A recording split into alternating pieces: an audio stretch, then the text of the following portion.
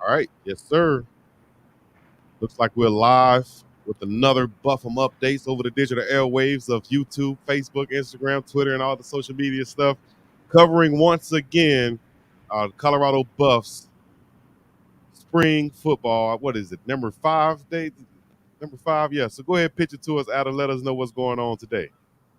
One of these days, Chico, I'm going to join you. It's going to be snowing out here, but we've gotten pretty lucky with these live shoots. It's been phenomenal weather, and so practice ran about an hour and a half later than the media was told. So we were able to get a little vitamin D out there, and then George Hegman came over, and I was joking with a couple other media members. You know, I'm a pretty big guy, but when George Hageman comes up, you feel small real quick because he is a gigantic human being and his personality is just as big as his physique. He is perfect for the role that he's now in at Colorado as somebody that's going to be an off the field resource for these players. And George Hageman has also spent time as a coach, so he knows that side of it as well. And he's got a very diverse background.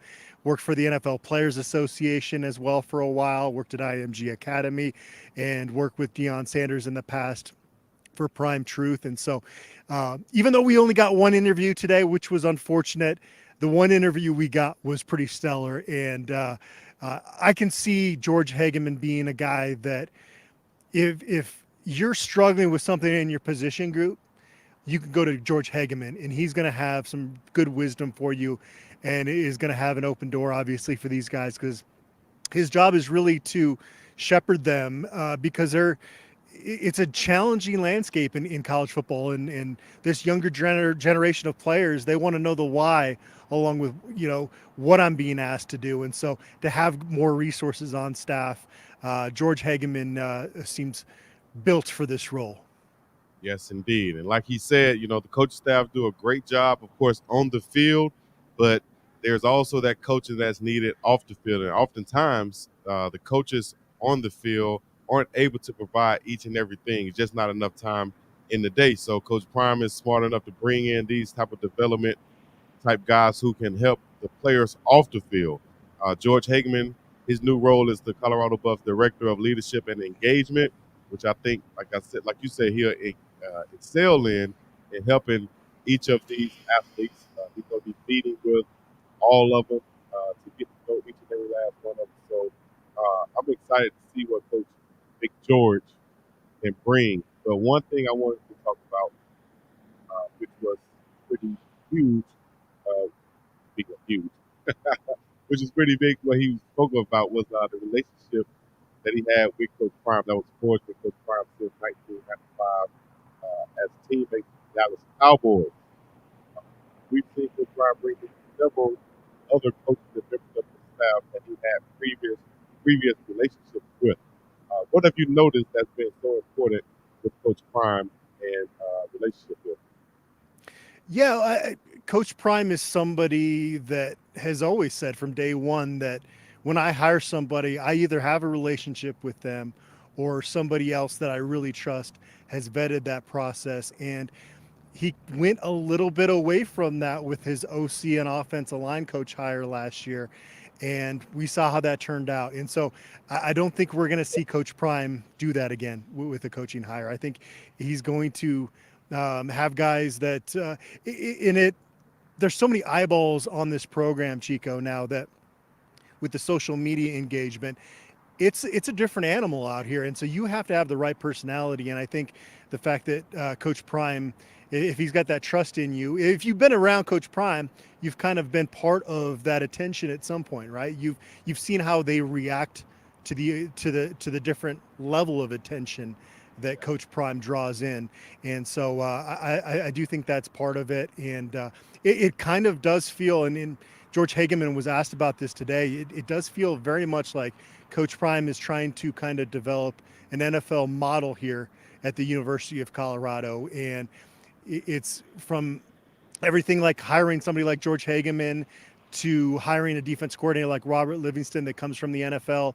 And really, I think that is the key with transfer recruiting is we have the infrastructure here to basically be a springboard for you to the NFL. Now, I mentioned George Hegman has history at IMG Academy. That's kind of what IMG Academy has been for high school players, is come here from wherever you're from.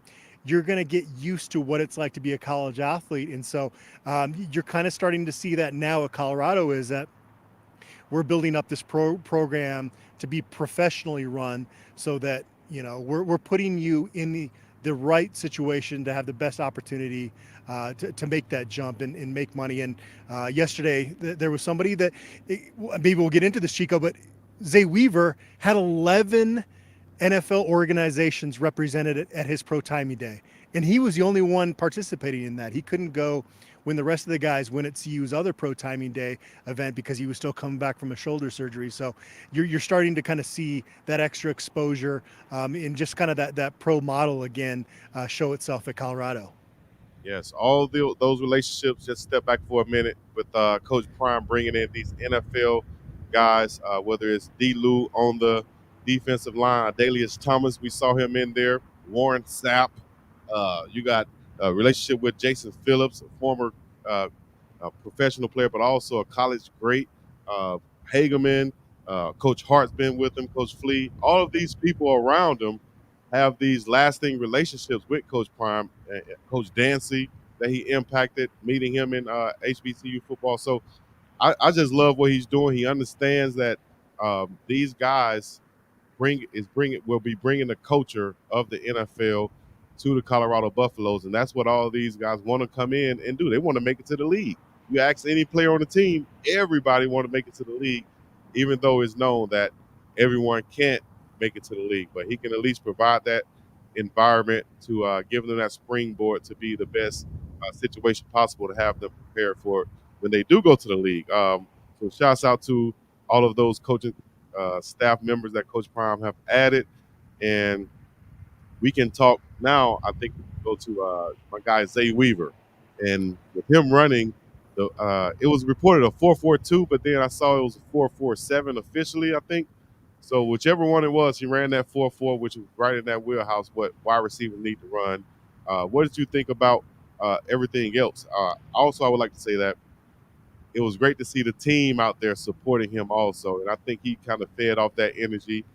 One reporter asked him why Shador didn't throw to him. Uh, I think a lot of people were asking that, but then you think about it. Yeah, that's a good idea to not have that happen. So, what is your take on these things?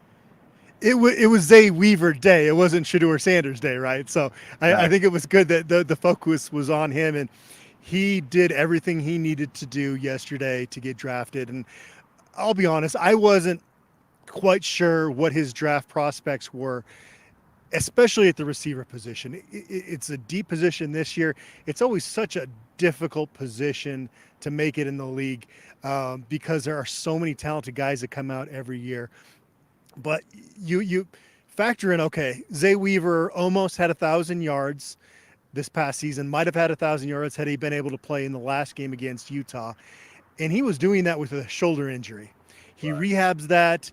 He runs it. Yeah, I think 4.42, somewhere between 4.42 and 4.47. As he joked with the reporters yesterday, that I think that's going to get him paid because that's the number you needed for him. And I wasn't quite sure. He's a guy as a receiver that doesn't have a whole lot of wasted motion. And that's one of the things I love about him is that he's such a consistent, efficient route runner that I didn't know. Is this a Jerry Rice situation where he's a 4.6 guy, but just plays with football speed? Well, he showed yesterday that, yeah, I'm a really reliable receiver, but I also do bring that 37-inch vertical, which would have tested really highly at the NFL Combine. I ran in the 4.4s, which again tests really well. So now all of a sudden, Chico, I think this is somebody that should definitely get drafted in April later this month. I feel like he put enough on tape, especially playing with a shoulder injury and with those testing numbers. He deserves a shot to get drafted. I think so too. Those mid round, I said on the live the other day, if he can go uh, at the end of the second round on down to like the fourth round, I think that's good space for him to get a good fit on the team because I think it's all about fit also and where you go and with him being compared to Chad Ochocinco or Bobby Anderson with his slim frame, um, I wouldn't be mad at those comparisons. Those are longtime veterans. Chad is a great, so I wouldn't be mad at those comparisons at all. But I think Zay Weaver can definitely be a productive wide receiver on the NFL level with his skill set and what he can do. And like you say, he was that close to getting that 1,000 yards had he been healthy. But I was so happy to see him come out there, run that 4.4, put money in his pocket, as he said, and just solidify himself as a true college wide receiver who's deserving to get drafted in the NFL coming up.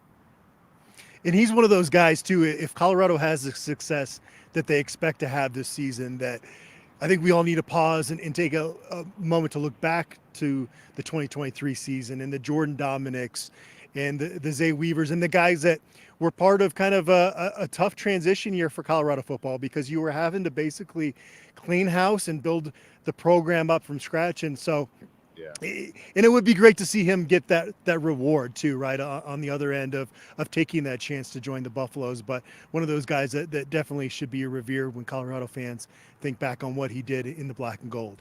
Yeah, shouts out to all those guys who participated in Pro Day a couple weeks ago. Jordan Dominic and D Mac, I've seen. Shout out to Rod Ward also. I think been invited to multiple Pro Day workouts with NFL teams. So good luck to those guys. Anybody I missed, sorry about that, but I know definitely JD, D Mac, Taj Austin, Rod Ward, and a few other ones out there will get a chance to perform. So we're looking forward to that. But from spring practice, who are some of the guys that you've seen or heard be some standouts this spring so far out Well, I there? think you got to start. Yeah, I think you got to start with Amari Miller. This is somebody that flashed last year and then kind of faded back. And he's a guy that, honestly, Chico, before Coach Prime got to Boulder, he would have been the main focal point this offseason based off that one half against USC, because there just wasn't a lot of talent in this program.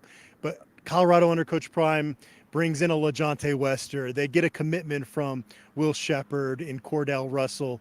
And so maybe we're not talking enough about Omori Miller and some of the stuff that he's done with that opportunity, because Shepard and Russell won't be on campus until this summer. And Jimmy Horn Jr. looks like he's back in the mix now after dealing with that hamstring injury the first 3 practices. So they've added a little bit more depth in there, but Omori Miller's taken this opportunity and run with it. And he's got a little dog in him, as we saw when he scored a touchdown on Tuesday. Definitely. He got the number 4 back he's wearing that he had in high school, so he's probably feeling a lot better.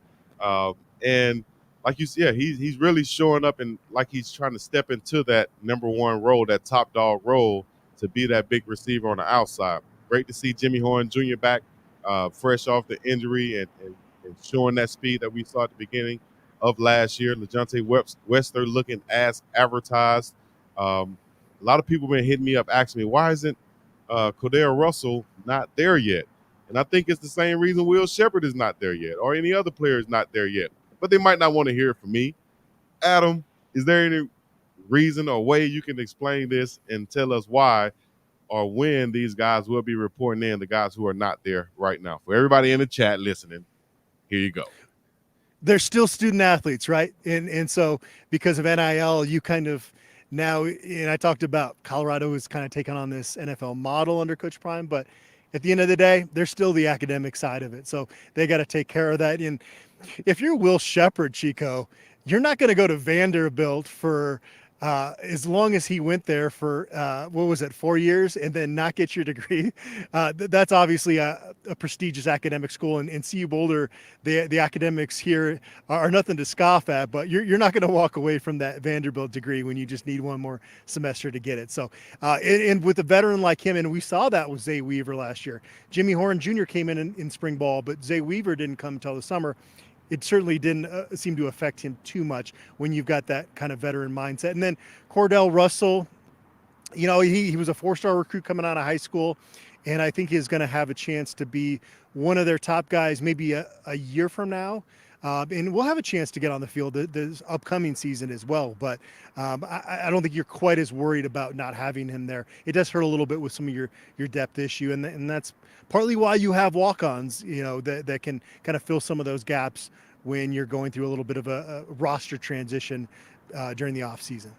Exactly, and a lot of depth on that in that wide receiver room. So it's going to be a high level of competition coming this summer, and that rotation should be, you know, fluent. And speaking of rotation, the one that Coach Prime harped on in his first person video that was put out by Deion Sanders Jr. and Well Off Media, you see him harping on the D line saying, "Hey man, 3 plays, and we're gonna bring in another dog. 3 plays. You can't give me 3 plays. Give me good 3 good plays going hard. Everything you got, especially on that defensive line where we need that rotation going." I still think Coach Prime is looking, of course, as always, to add more defensive linemen there, but we saw him really praise Big Anquin Barnes in the middle, who came over from Alabama. Looked like Chidozie Nwankwo is being productive out there. Amari McNeil continuing to do his thing in the shine in that middle and be a leader. Defensive line is looking pretty good right now. Flying around the ball, the whole defense is, as they had a great day at practice, last practice that we were able to see. Anticipating more stuff to drop today from the practice today, but I still think that defensive line with Coach Prime being heavily involved and coaching everywhere is keeping the tempo up. And I think the practices are totally different from what we saw last year in a way, There are especially some rum. I was gonna Yeah, say with the energy that's being brought out there. there's some rumblings that that defensive line group is the most improved on this entire team, especially when you really compare it to what they had last spring. It's probably three guys deep at each position now, whereas last year you were really struggling to feel good about that first group. So they've definitely added quite a bit of talent there. And we were talking with the linebackers on Tuesday. It makes their job so much easier. It's going to allow Levante Bentley and Trevor Woods to play so much more free when those defensive linemen take up their gaps and can hold their blockers in the trenches and allow those guys to do their thing. So kind of like sometimes the offensive line, there might be at times unsung heroes, but that is a group that is substantially improved from a year ago. Oh yeah. Uh, little bit back, I see a comment here about Jordan Onavoge, who we saw make a great catch, getting that 1 foot in bounds, going up and get it. We also saw him in winter workouts looking jacked up, way bigger. Coming in as a freshman, highly touted recruit coming out. Have you heard any words from him? Were you able to see some of the plays that he made out there? But I think he's going to be a great addition in the sleeper that a lot of people are not talking about right now.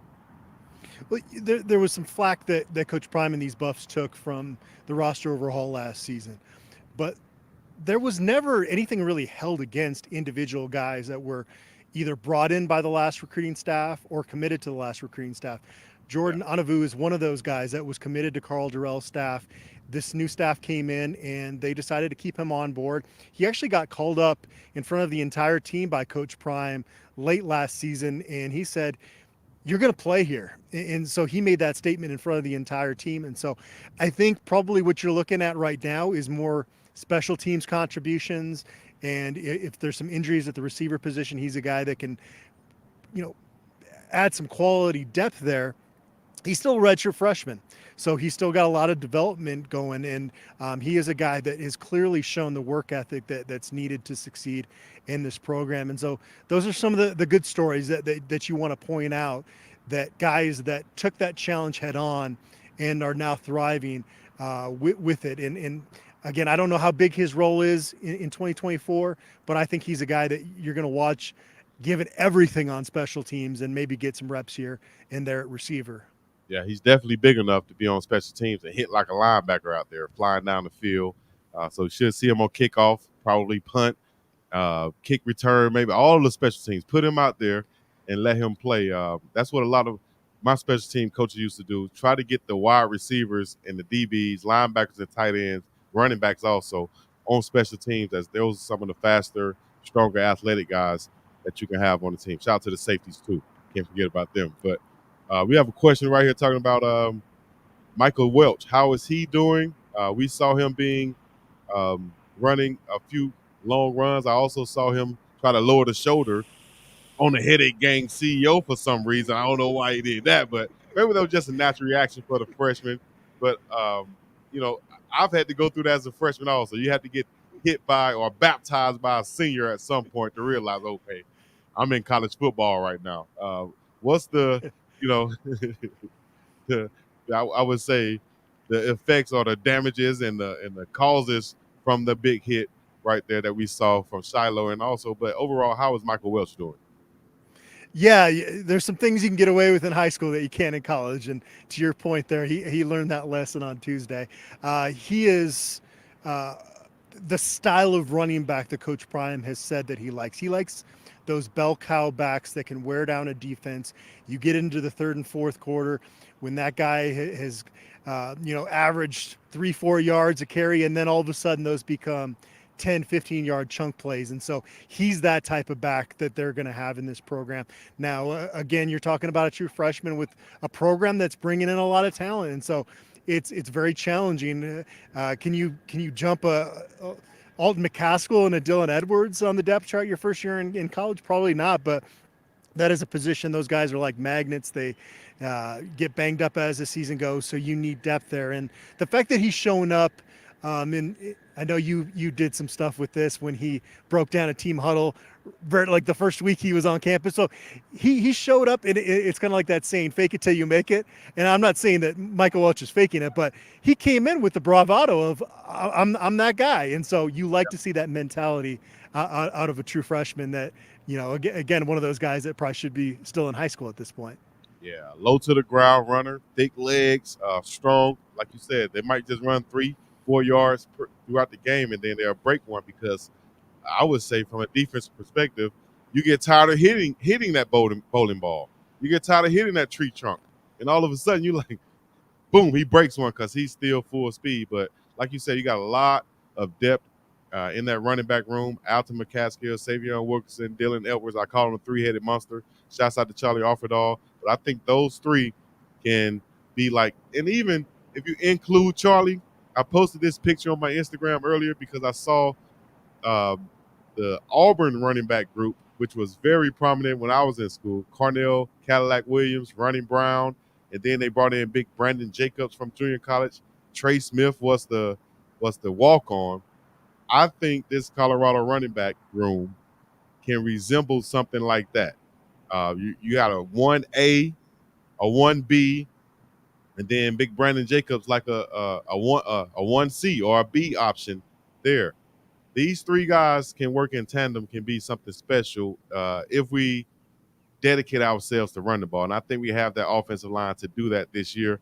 Um, who do you project to be the starter in this offense based off style of running style, the type of play calling that we might be looking at?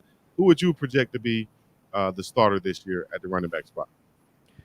Coach Fleece said last year during camp that in a perfect world, he wants two guys to get the bulk of the carries because he feels like that gets them into a rhythm and keeps them fresh throughout a game. If that is indeed the case, and I don't know if they ever really got to that point last year because they just simply weren't effective running the ball when they rarely did run the ball. And so this year, obviously, the expectation is that they're going to be a much more balanced offense. And I really do see it. You talked about 1A, 1B. I think Alton McCaskill and Dylan Edwards are right there. And I think that they'll both be given equal opportunities to make plays. Now, Dylan, it might be a little bit more as a pass catcher, but I'm not willing to write off Dylan Edwards as a 3-4 down type of back. I want to see an interior offensive line get a push and see what Dylan Edwards does behind that running between the tackles. Now, is that going to be the strength of his game? Probably not. It's always probably going to be getting him out in space, but I still think you look at Dylan Edwards, and he's put on some weight this offseason as well. He's a guy that can be more versatile. They just were not getting that push from their guards and their center last year. And so that's why it looked as bad as it did. I felt like at times, and it was frustrating that they tried it maybe at times because it wasn't working. But I think going forward, you improve that interior of the offensive line, that push that they get. I think Dylan Edwards is going to be better in that regard than a lot of people think. Yes, indeed. Dylan Edwards, Alton McCaskill, Savion Wilkerson. That's three-headed monsters right there.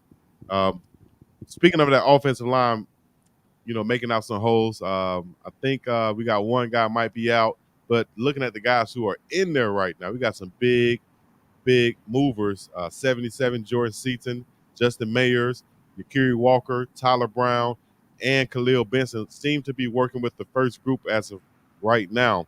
Have they been holding up to DT2 so far? From what I've been seeing, look like that pocket's been pretty clean.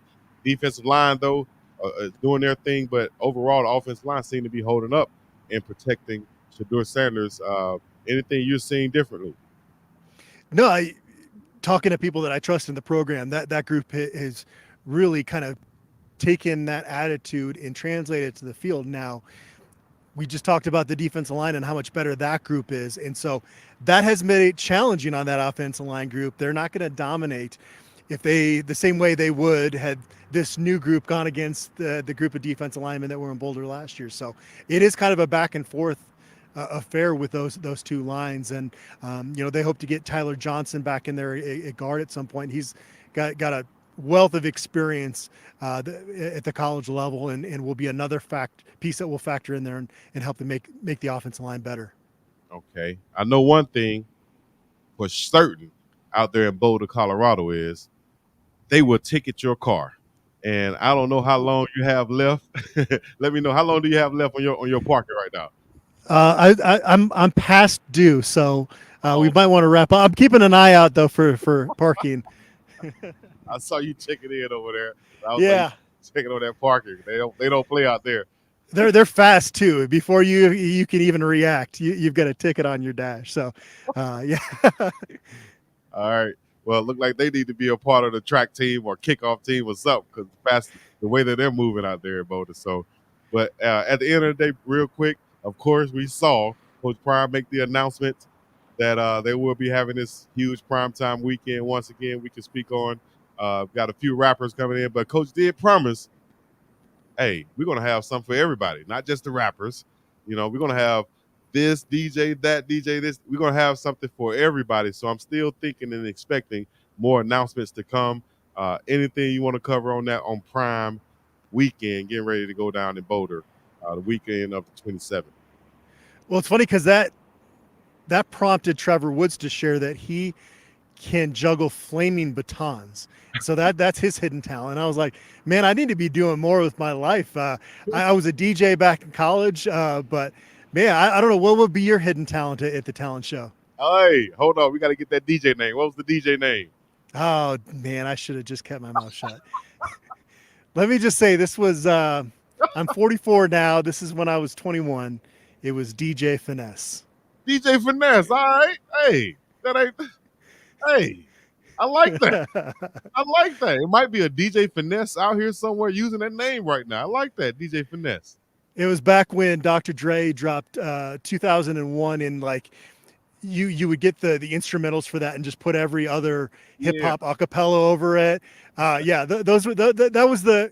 I'm biased because again I'm 44, but that was the glory days of hip hop to me. Hey, I agree too. I'm not 44, but I'm right up there, and I agree. Those were the glory days, 2000, 2001, in the 90s and such. Yes, indeed. Shouts out to DJ Finesse. I did I did some DJing back in my day and stuff too. I didn't have a cool name like that. It was just Big Dog Chico DJing. But um, hey, man, I appreciate you joining me and us putting this on for all the fans out there listening in. Get ready, get your tickets for primetime weekend. I think my girl Taylor J just checked in. She said the tickets out in Boulder are insane. Not wrong. What's the ticket prices right now? I think they're like, For the spring game, they're 15, right? I think, but Lil Wayne, um, because I'm going to have to work after the game, I haven't looked at that, but yeah, I'm not sure. I had a chance to meet Taylor today. So oh, Taylor, good. thanks for introducing yourself. There you go, my girl Taylor J. Shouts out to Buff Beat and Sports Illustrated. We'll be doing some things coming up this summer also with Taylor. So, and then y'all can also check out Taylor's Top 5 on the Big Dog Chico Network also. So, um, buffstampede.com. Check out Adam. I'll also be sharing more stuff on my Facebook page that'll link right back to buffstampede.com. So, hey, just log on to us, find us on the internet somewhere, social media, and that's what it is. Oh, yeah, Taylor was talking about those parking tickets. Start. I'm a little slow this Thursday. Yeah, that's right. Yeah, Okay. we're still good, but yeah, I'm gonna be running to my car after this. All right. Well, hey, I appreciate you joining in. Go ahead and get your little cardio going through your car, and we'll talk more later on. All right. I appreciate you once again. Always fun. DJ Finesse out. DJ Finesse up and out this day. Peace in the Middle East. Yeah, y'all. Y'all let me know in the comments what y'all feel about DJ Finesse, Adam's DJ name, and also uh, put in the chats right now your favorite standouts as far as Buffs practice goes so far. Stay tuned. We got more interviews coming with youth football guys. We also have recruiting bids with Coach Riz. We got an interview next week with Hawaii legend Chad Owens. Also, check out Dog and Dave coming up next. Dog and Dave, myself, and my guy David Talks Buffs. We're going live and we're going to talk more Colorado Buffs football. Let me know in the comments what y'all think. Taylor, hit me up. Let's get it going. Hit me up, Taylor. All right. And we're going to get back with some more in a minute. The B-I-Dub, the D-O-Dub, Chico to the C in the place to be. I'm going to be up and about this thing. No, my name is not Adam. My name is Big Dog. Bow, right there. All right. Up and out. Peace in the Middle East. Buffum updates once again. Check us out each and every weekday. And after spring practices, we will be going live. All right. Peace in the Middle East. Yeah.